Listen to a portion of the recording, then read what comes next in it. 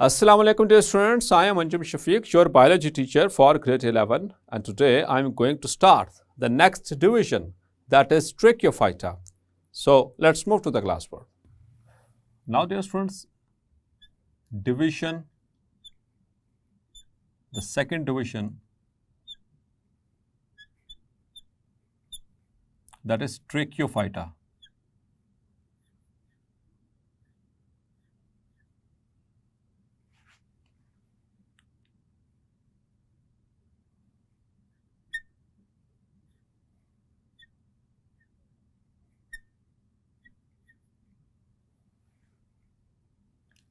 So plants को हमने generally दो मेजर ग्रुप्स में डिवाइड किया था, ब्रायोफाइट्स एंड ट्रेक्योफाइट्स, यानी कि डिवीजन ब्रायोफाइटा एंड ट्रेक्योफाइटा. तो डियर स्टूडेंट्स, ब्रायोफाइटा उसको हमने डिटेल से डिस्कस किया. द नॉन वेस्कुलर प्लांट्स जिसमें गैमेटोफाइट डोमिनेंट थी, स्पोरोफाइट जो थी वो डिपेंडेंट थी. ठीक है, वो उसके ऊपर डिपेंड करती है गैमेटोफाइट पे. ब्रायोफाइट्स में हमने बात की, सामने जो हमें प्लांट बॉडी नज़र आता है, जो प्लांट बॉडी है वो क्या चीज़ थी, गैमेटोफाइट. जबकि हम जब ट्रेक्योफाइट्स की बात करेंगे डियर स्टूडेंट, तो इसमें कुछ उलट ही है. ठीक है, इसमें बहुत सारी चीज़ें ऐसी हैं जो कि ऑपोजिट टू द ब्रायोफाइट्स हैं. मीन्स जैसे कि हम बात करेंगे वेस्कुलर टिश्यूज़ की, कंडक्टिंग टिश्यू की, तो जो ब्रायोफाइट्स हैं वो नॉन वेस्कुलर प्लांट्स, जबकि tracheophytes they are vascular plants. उनके अंदर जाइलम फ्लोएम नहीं है, इनके अंदर जाइलम फ्लोएम मौजूद है. उनके अंदर ट्रू रूट्स, ट्रू स्टेम और ट्रू लीव्स नहीं है, इनके अंदर true roots, true stem and true leaves मौजूद हैं. उनके अंदर कोई फ्रूट फॉर्मेशन नहीं है, कोई फ्लावर फॉर्मेशन नहीं है, जबकि ट्रेक्योफाइट्स के अंदर फ्रूट फॉर्मेशन भी है और फ्लावर फॉर्मेशन भी है. ठीक, उनके अंदर जो फर्टिलाइजेशन है वो वाटर डिपेंडेंट है, जबकि ट्रेक्योफाइट्स के अंदर जो फर्टिलाइजेशन है वो वाटर इंडिपेंडेंट है. ठीक है, इनके अंदर कुछ अलग से स्ट्रक्चर हैं. उनके जो स्पोरेंजिया थे वो प्रोटेक्टेड नहीं थे, इनके स्पोरेंजिया प्रोटेक्टेड हैं टू, और वो सीड फॉर्मेशन की तरफ मूव कर रहे हैं. जबकि ब्रायोफाइट्स में हमें कहीं पर भी सीड की ये हमने बात ही नहीं की, क्योंकि वहाँ पर सीड बनते ही नहीं है. क्लियर. जबकि ट्रेक्योफाइट्स में there is the formation of seeds. तो इतने ढेर सारे मैंने आपके साथ बेसिक जो डिफरेंसेस हैं ब्रायोफाइट्स और ट्रेक्योफाइट्स में वो मैंने बता दिए. तो इन्हीं पॉइंट्स को जहन में रखिएगा. ये आपसे पूछा भी जा सकता है, differentiate between division bryophyta and ट्रेक्योफाइटा. तो आपको दोनों पॉइंट्स याद होने चाहिए. क्लियर. तो स्टार्ट करते हैं ट्रेक्योफाइटा को. So dear students, tracheophyta the second and the most important part of this chapter. ठीक है, ये सबसे इंपॉर्टेंट पार्ट है. सो ट्रेक्योफाइटा और ट्रेक्योफाइट्स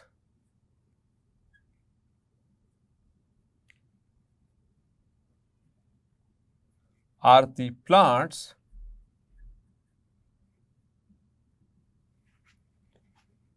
which possess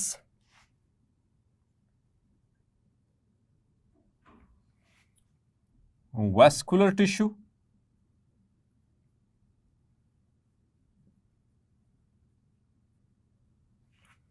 means xylem and phloem,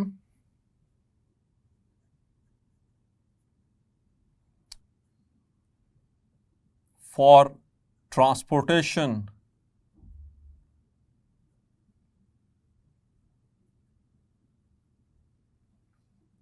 of water and food, as well as तो वैस्कुलर टिश्यू, उसके साथ साथ the strengthening tissue, the strengthening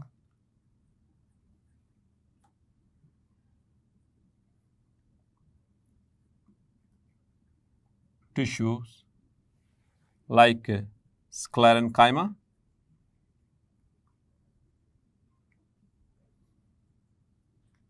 and collenchyma.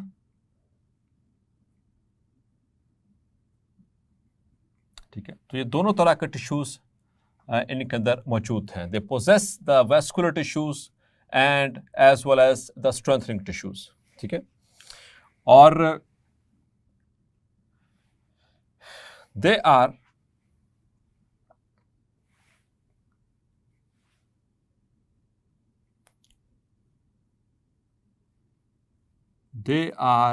most abundant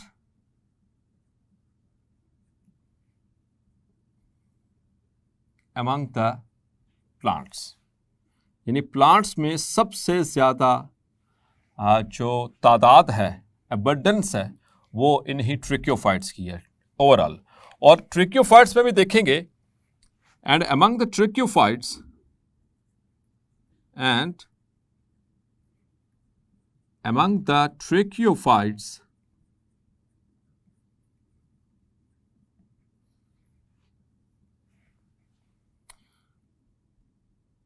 the angiosperms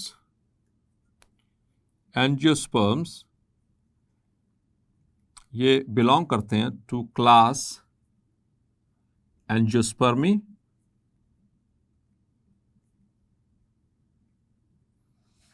and phylum is Pteropsida. ठीक है, तो उनसे बिलोंग करते हैं एंजियोस्पर्मी. ये मैंने उनके आगे थोड़ी सी डिस्क्रिप्शन लिखी है कि ये क्लास इनकी एंजियोस्पर्मी और फाइलम इनका यानी कि हायर ऑर्डर जो वो टेरोप्सिडा है. ठीक है, so angiosperms are the most numerous. उनमें सबसे ज्यादा तादाद जो है. तो प्लांट्स में ओवरऑल किन के अबंडेंट कौन से हैं? ट्रिक्योफाइट्स. और ट्रिक्योफाइट्स में सबसे ज्यादा अबंडेंट कौन है? The angiosperms are most numerous and abundant. Clear? आपको याद है डियर स्टूडेंट्स, हमने चैप्टर नंबर 1 में फाइलेटिक लिनेज पढ़ा था. तो उसमें हमने पढ़ा था कि फाइलेटिक लिनेज में कि जो ट्रेक्योफाइट्स यानी कि vascular plants, they account for, they are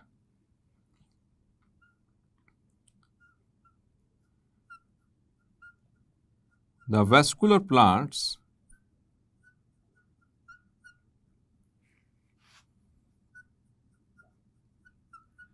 account for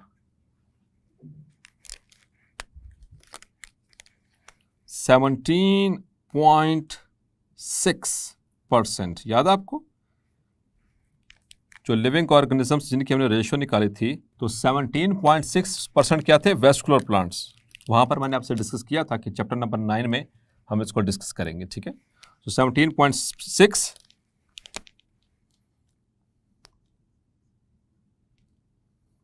among the 25,50,000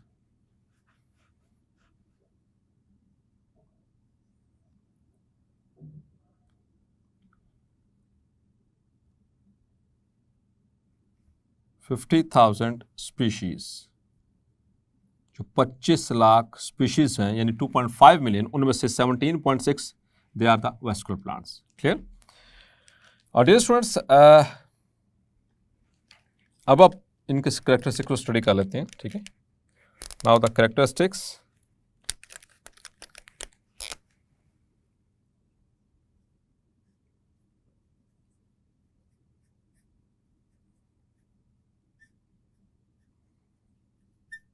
of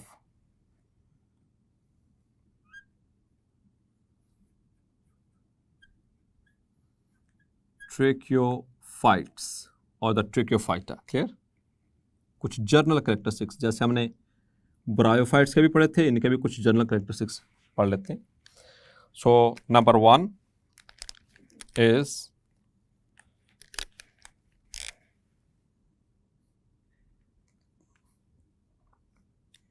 they have stem, leaves and roots. आपको याद है डियर स्टूडेंट्स, इससे प्रीवियस हमने जितनी भी डिवीजन पढ़ी, डिवीजन ब्रायोफाइटा, उसमें कहीं पर भी हमने ये नहीं कहा कि इसकी ये स्टेम है, ये इसकी रूट्स हैं और इसकी ये लीव्स हैं, कहा कहीं पे भी नहीं। हाँ, कुछ स्ट्रक्चर मिलते जुलते ज़रूर कहा था, लीफ लाइक, स्टेम लाइक और रूट लाइक, ये ज़रूर कहा था, but they were not present in them. दूसरी चीज़, the second point is they possess vascular bundle in stem, roots and leaves। यानी जो वैस्कुलर टिश्यू है इसका, या वैस्कुलर जो बंडल्स हैं इसके, यानी कंडक्टिंग टिश्यू, वो इनके स्टेम में भी मौजूद है, वो इनकी रूट्स में भी मौजूद है और इनके लीव्स में भी मौजूद है।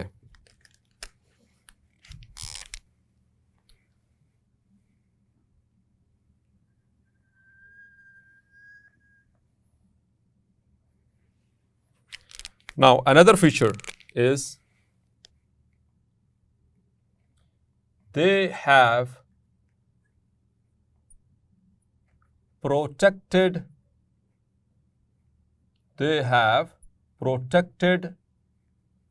sporangia। स्पोरेंजिया क्या है? It's the plural of sporangium, और स्पोरेंजियम क्या होते हैं? रिप्रोडक्टिव स्ट्रक्चर्स होते हैं, ठीक है, जिसके अंदर वो स्पोर्स बनते हैं, ठीक है, ये हमने पहले पढ़ा था।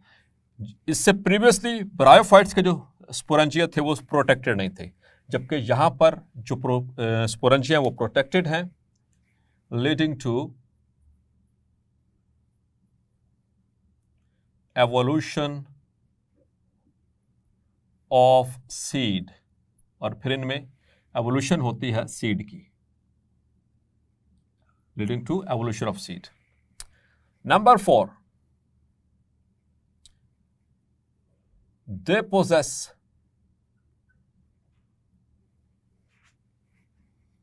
फ्लावर्स, चूंकि इनके अंदर एंजियोस्पर्म्स हैं तो इनके अंदर फ्लावर्स भी बनेंगे, और जब फ्लावर होंगे तो फिर फ्रूट भी बनेगा, ठीक है। फ्लावर के बगैर फ्रूट नहीं बन सकता, फूल के बगैर फल नहीं होता, ठीक है।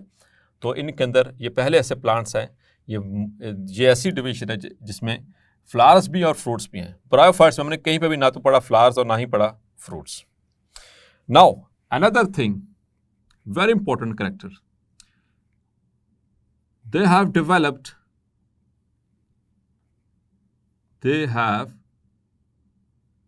developed pollen tube।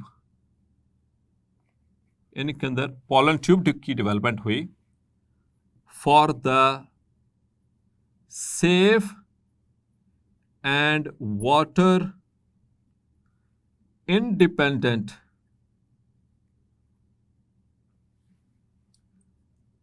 transfer of male gametes, means the sperms। तो इनके अंदर pollen tube बन गई, pollen tube के अंदर मौजूद हैं स्पर्म्स, और वो बगैर पानी के जो है वो पहुंच जाते हैं to the female sex cells, means the egg cells, और फर्टिलाइजेशन हो जाती है। जबकि प्रीवियसली हमने पढ़ा कि जो ब्रायोफाइट्स हैं they need water for reproduction, वो पानी के बगैर रिप्रोड्यूस नहीं कर सकते, वो वाटर डिपेंडेंट रिप्रोडक्शन है। तो इनके अंदर ये भी एक चीज़ आ गई, ठीक है। इसके अलावा another thing that is they possess alternation of generations, इनके अंदर भी मौजूद है गैमेटोफाइट जो कि हैप्लॉइड है, अल्टरनेट करेगी विद द स्पोरोफाइट जो कि डिप्लॉइड है। नंबर 7, और यहां पर भी हेट्रोमॉर्फिक हैं, हेट्रोमॉर्फिक ऑल्टरनेशन ऑफ जनरेशन, यानी कि गैमेटोफाइट की शेप और स्ट्रक्चर डिफरेंट है, स्पोरोफाइट का शेप और स्ट्रक्चर जो है वो मुख्तलिफ है। And one more thing that is there sporophyte is dominant and conspicuous. वो डोमिनेंट भी है और कॉन्स्पिक्वस भी है, एंड इंडिपेंडेंट और इंडिपेंडेंट भी है. Clear? So these are few characteristics. अब इस डिवीजन की आगे 4 सब डिविजन्स हैं. ठीक है, डिवीजन ब्रायोफाइटा की आगे 4 सब divisions, 4 subdivisions, and that include number 1, Psilopsida, number 2, Lycopsida or Lycopsida, number 3, Sphenopsida, and number 4, Pteropsida. Pteropsida. Okay, so Psilopsida इनको कहा जाता है whisk ferns. Lycopsida they are called as club mosses. Sphenopsida they are called as horsetails, and Pteropsida they are ferns and seed producing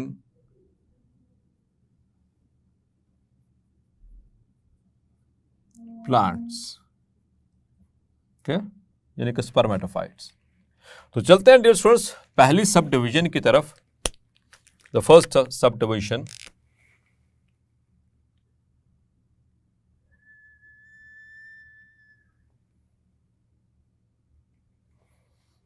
अच्छा dear students यहीं से आगे mark भी कर लीजिए दैट टीरोप्सिडा, इसकी आगे 3 classes, class फेलिसिनी,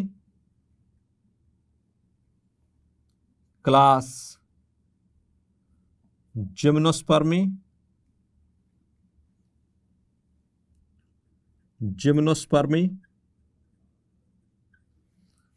and class angiospermy. Clear? तो ये टीरोप्सिडा के आगे तीनों क्लासेस, ये भी हमने डिस्कस करनी है. और फिर एंजियोस्पर्म्स में आगे 2 तरह के, monocots and dicots. Clear?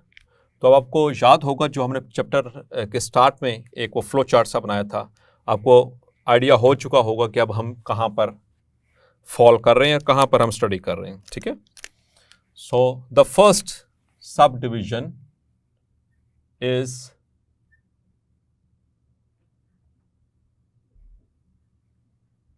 Psilopsida, or it is also called as Psilophyta, or they are also known as whisk ferns.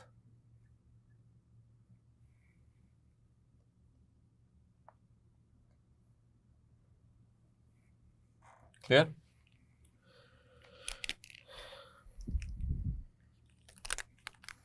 So dear students, they are the Psilophyta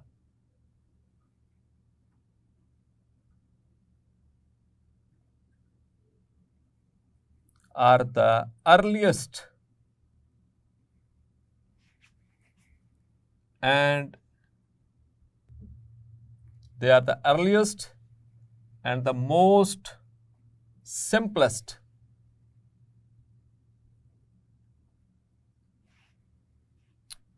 ट्रेक्योफाइट्स. ये सबसे सादा ट्रेक्योफाइट्स हैं, मोस्ट अर्लीस्ट हैं. ठीक है, तो जितना एवोल्यूशनरी जो कॉन्सेप्ट है एक स्कूल ऑफ थॉट्स का जो नेचुरल सिलेक्शन पे बिलीव करते हैं, उनके हिसाब से जितना कोई सादा, जितना कोई सिंपल ऑर्गेनिज्म होगा, मतलब कि वो उतना ही ज़्यादा प्रिमिटिव होगा, वो उतना ही ज़्यादा शुरू का प्लांट होगा, ठीक है, या एनिमल होगा, या कोई भी ऑर्गेनिज्म जिसके अंदर जितनी ज़्यादा सिंप्लिसिटी है वो उतना ही ज़्यादा पुराना है, अर्लीस्ट है। और जिसके अंदर जितनी ज़्यादा कम्प्लेक्सिटी आती जाएगी, एडवांस फीचर्स आते जाएंगे, वो पहले से आगे की तरफ जाएगा, मीन्स कि वो उससे लेटेस्ट होगा।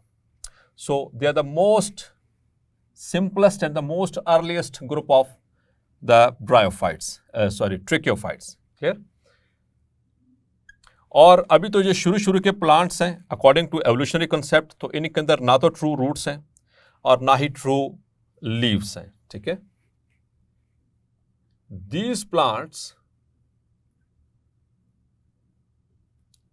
lack true roots and true leaves. और डियर स्टूडेंट्स, मैं पहले बारहा आपसे डिस्कस कर चुका हूं इस बात को कि ट्रू रूट और ट्रू स्टेम और ट्रू लीफ का मतलब क्या होता है। कोई भी ऐसी रूट, कोई भी ऐसी स्टेम, कोई भी ऐसा लीफ जिसमें जाइलम फ्लोएम मौजूद है, वही कहला सकता है ट्रू रूट और ट्रू लीफ और ट्रू स्टेम। जिसके पास ये नहीं है, मतलब कि उनके रूट्स में या उसकी स्टेम के अंदर जो है ये टिश्यूज़, कंडक्टिंग टिश्यू नहीं है, तो वो फिर ना तो वो ट्रू रूट कहलाएगी, ना वो स्टेम ट्रू स्टेम कहलाएगी, और ना ही वो लीफ ट्रू लीफ कहलाएगा। बल्कि उसको हमने एक और नाम दिया था थैलॉइड, थैलस, जैसे कि हमने ब्रायोफाइट्स में डिस्कस किया था कि उनमें प्लांट्स जो हैं वो थैलॉइड होते हैं, या उनकी बॉडी थैलॉइड होती है, थैलस होते हैं वो। तो इनके अंदर चूंकि प्रिमिटिव प्लांट्स हैं अकॉर्डिंग टू एवोल्यूशनरी कंसेप्ट, तो ना तो इनके अंदर ट्रू रूट्स हैं और ना ही इनके अंदर अब तक ट्रू लीव्स हैं। ये मतलब ये हुआ कि दे आर लीफलेस, ये लीफलेस हैं। Clear? But they contain leaves तो नहीं है, but they contain small veinless outgrowths. Dear students, ये वेन्स का जिक्र मैं पहले भी कर चुका हूं और अब दोबारा से बता देता हूं, क्योंकि पूरे चैप्टर में बार बार ये वर्ड इस्तेमाल होगा, वेन एंड वेनलेस। ठीक है, तो वेन जैसे कि हमारी वेन्स होती हैं, ठीक है, ब्लड वेसल्स होती हैं हमारी, जिसमें ब्लड ट्रांसपोर्ट होता है, तो यहां पर भी उसी सेंस में लिया जा रहा है। इनके अंदर तो ब्लड वेसल्स नहीं होती, इनके अंदर क्या होता है, द कंडक्टिंग टिश्यू। यहां पर वेन्स का मतलब है xylem and phloem, the vascular tissue और द कंडक्टिंग टिश्यू। सो इनके अंदर छोटे छोटे वेनलेस आउटग्रोथ्स जरूर हैं, यानी कि आउटग्रोथ्स हैं पत्तों की तरह की, लेकिन उनके अंदर चूंकि वेन्स नहीं है, उनके अंदर जाइलम फ्लोएम नहीं है, तो इस वजह से उनको हम ना तो ट्रू रूट्स कहेंगे और ना ही उनको ट्रू लीव्स कहेंगे। ठीक है, उनको जस्ट आउटग्रोथ्स कहेंगे।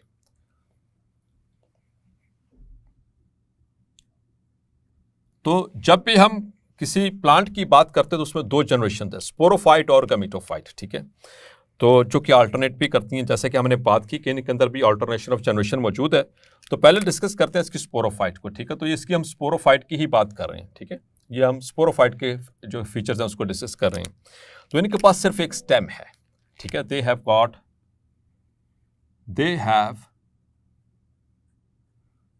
True stem. अब ट्रू स्टेम वो किस तरह से है और उसका स्ट्रक्चर किस तरह से है। The stem has two parts, इसके दो पार्ट्स हैं, two parts. Above the ground, जो जमीन के ऊपर स्टेम है, अबव द ग्राउंड, उसको कहते हैं aerial part, that is called aerial part. And an underground और जेर जमी राइजोम। अंडरग्राउंड क्या है, राइजोम। और ये दोनों ही डाइकोटोमसली ब्रांच्ड हैं, and both are dichotomously branched. और डायकोटोमस ब्रांचिंग में पहले से भी जिक्र कर चुका हूं, दोबारा से बता देता हूं, कोई भी ऐसी स्टेम, कोई भी ऐसा स्ट्रक्चर, सिर्फ स्टेम नहीं, कोई भी स्ट्रक्चर, लेट्स सपोज कि स्टेम है, ये आगे जाकर दो पार्ट्स में डिवाइड हो जाए तो उसे कहते हैं डायकोटोमस ब्रांचिंग। ये वाली पार्ट अब मजीद आगे दो पार्ट्स में डिवाइड हो जाए, ये वाला फिर आगे दो पार्ट्स में डिवाइड हो जाए, तो इस तरह की जो ब्रांचिंग सिस्टम, इस तरह से जो ब्रांचेस निकलती हैं, इन्हें कहते हैं डायकोटोम। डाई का मतलब टू, डायकोटोमस ब्रांचिंग। वो स्टेम में भी हो सकती है और उसके नीचे भी हो सकती है, ठीक है। स्टेम के नीचे वाले हिस्से राइजोम में भी हो सकती है, ठीक है। Both of them they are dichotomously branched. तो किस तरह से है, अभी मैं इसकी डायग्राम भी आपसे शेयर करता हूं, और इसके वाले से पहले कुछ थोड़ी सी डिस्क्रिप्शन कर लें। द राइजोम, अब जो राइजोम है, bears multicellular rhizides. They have got multicellular rhizides. Rhizome के नीचे मौजूद हैं राइजाइड्स, और दोनों का काम, यानी कि राइजोम और rhizoid both act as roots. Act as roots मतलब कि रूट्स नहीं है लेकिन रूट्स की तरह एक्ट करते हैं। मीन्स के anchor plant plus water absorption, ये दोनों काम कर रहे हैं, ठीक है। कौन? राइजाइड्स भी और राइजोम भी। अच्छा डियर स्टूडेंट्स, इसमें चूंकि ये अर्लीस्ट प्लांट्स हैं तो इसमें अक्सर प्लांट्स जो हैं वो इसके एक्सटिंक्ट हो चुके हैं। चंद एक प्लांट्स जो हैं वो लिविंग हैं, उनके हवाले से हम बात करते हैं। तो इनमें एक्सटिंक्ट स्पीशीज एंड जेनेरा, वो तीन है। ये एमसीक्यूज पॉइंट ऑफ व्यू से बहुत अहम है। That is Psilophyton, Horneophyton and Cooksonia. और लिविंग इसके जो हैं वो सिर्फ दो हैं, लिविंग जेनेरा, सिर्फ दो। बाकी ये तीन एक्सटिंक्ट हो चुके, इस दुनिया से ख़त्म हो चुके, इस सफ़े हस्ती से ख़त्म हो चुके।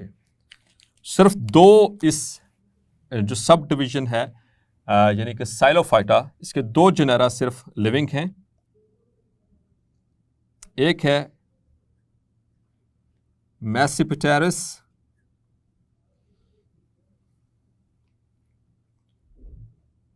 और दूसरा साइलोटम, ये लिविंग है, ठीक है। ये एमसीक्यू उसके लिए मार्क वाली इंपॉर्टेंट है। अब हम बात करते हैं इसकी गैमेटोफाइट के हवाले से।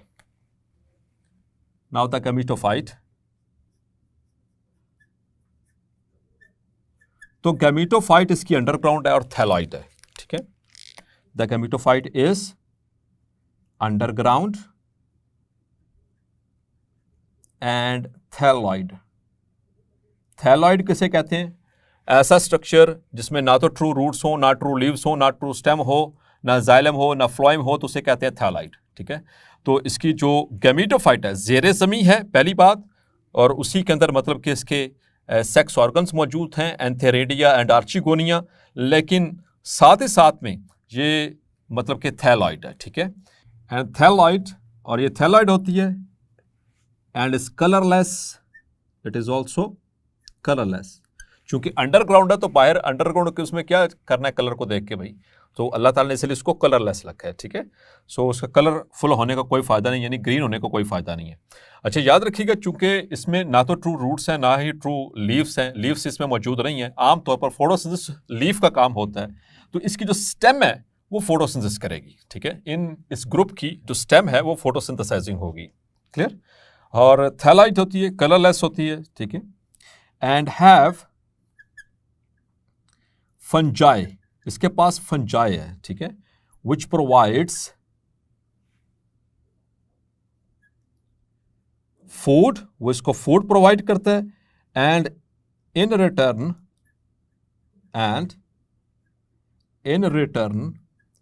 It provides protection. तो ये इसको क्या प्रोवाइड करेगी? प्रोटेक्शन। तो ये जो सा रिलेशनशिप होता है रूट्स और प्लांट्स की रूट्स और उसमें बिटवीन द फंगस, ये कौन सा होता है डियर स्टूडेंट्स? अभी पिछले ही चैप्टर में हमने डिटेल से डिस्कस किया। So this is called as mycorrhizal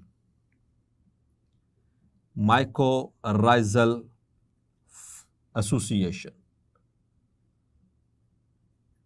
और माइकोराइजल रिलेशनशिप। क्लियर? तो अब आते हैं इसकी थोड़ी सी डायग्राम की तरफ।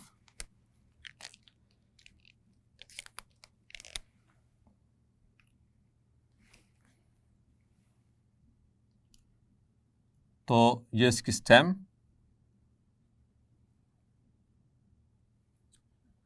डायकोटोमस ब्रांचिंग, ठीक है, इस तरह से, और इसी तरह से इसके नीचे राइजोम, ये वाला हिस्सा इसका राइजोम, और राइजोम के नीचे राइजाइड्स, ये अंडरग्राउंड पार्ट। ठीक है। और डियर स्टूडेंट्स, एक चीज यहां पर डायग्राम में समझानी थी मैंने, that is their reproductive structures. यहां पर दे आर स्पोरेंजिया, ये स्पोरेंजिया है। अच्छा, कुछ तो स्पोरेंजिया इसके टिप्स के ऊपर ग्रो करते हैं। ठीक है, ये इनका रिप्रोडक्टिव स्ट्रक्चर है स्पोरोफाइट का। ठीक है, दिस इज स्पोरेंजिया। ठीक है, that is the reproductive structure.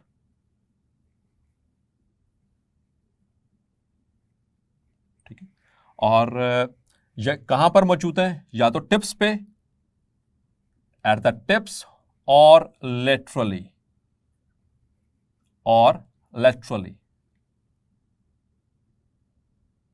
ये लेटरली यहां पे देखें, यहां पे ब्रांच के साथ नहीं, बिल्कुल स्टेम के साथ ही अटैच है, इस तरह से। ठीक है, और ये देखें दो ब्रांचेस निकले हुए हैं, दो branches. So this is called डायकोटोमस branching.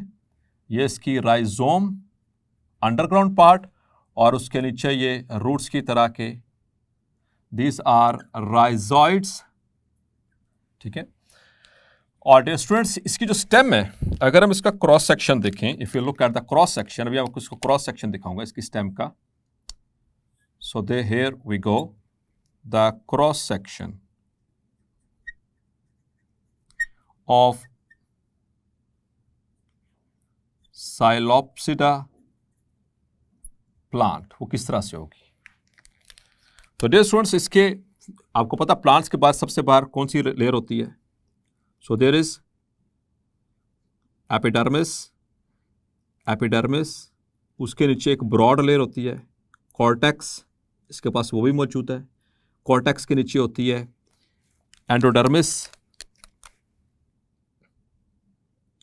Endodermis के नीचे एक और लेयर होती है पेरिसाइकल, उसके नीचे फिर मौजूद है जाइलम एंड फ्लोएम। ये रहा जाइलम। ठीक है, ये जाइलम एंड फ्लोएम, और बिल्कुल सेंटर में होती है पिथ। यहां पर क्या होती है? पिथ। तो ये मैं छोटा सा आपको एरिया मैंने कट करके दिखाया स्टेम का। तो ये बाहर क्या है? एपिडर्मिस। उसके नीचे ये वाला रीजन कौन सा है? कॉर्टेक्स। तो इनके अंदर एपिडर्मिस भी है सबसे बाहर, कॉर्टेक्स भी मौजूद है, और कॉर्टेक्स के नीचे ये दिस इज कॉर्टेक्स, और उसके नीचे ये एंडोडर्मिस, उसके नीचे ये पेरिसाइकल, और उसके नीचे जाइलम, फ्लोएम, और इस सेंटर में होती है पिथ। तो याद रखिएगा डियर स्टूडेंट्स, इनके अंदर जो पिथ है, पिथ आमतौर पर चीज़ों को स्टोर करने के लिए होती है। इससे सॉफ्ट पैरेन्काइमा टिश्यू होता है। ठीक है, ये बिल्कुल सेंटर में होता है। इसके अंदर पिथ एब्सेंट है, पिथ नहीं है। ठीक है, ये इंपॉर्टेंट बात याद रखनी है। इनकी स्टेम जो होती है वो पिथलेस है, इसके अंदर पिथ नहीं होती है। ठीक है, और एग्जाम्पल जो लिविंग स्पीशीज हैं इसकी, वो जेनेरा जो हमने बात की थी साइलोटम, और दूसरा दैट इज़ मैसिपेट्रिस। तो ये इसके एग्जाम्पल के तौर पर आप इसको कोट करेंगे। Clear? So these are some related information which are related to the Psilopsida, the first subdivision of Tracheophyta. So dear students, hopefully आज का लेक्चर भी आपको क्लैरिफाई हो गया होगा। मिलते हैं नेक्स्ट लेक्चर में, तब तक अपना ख्याल रखिएगा। अल्लाह हाफिज़।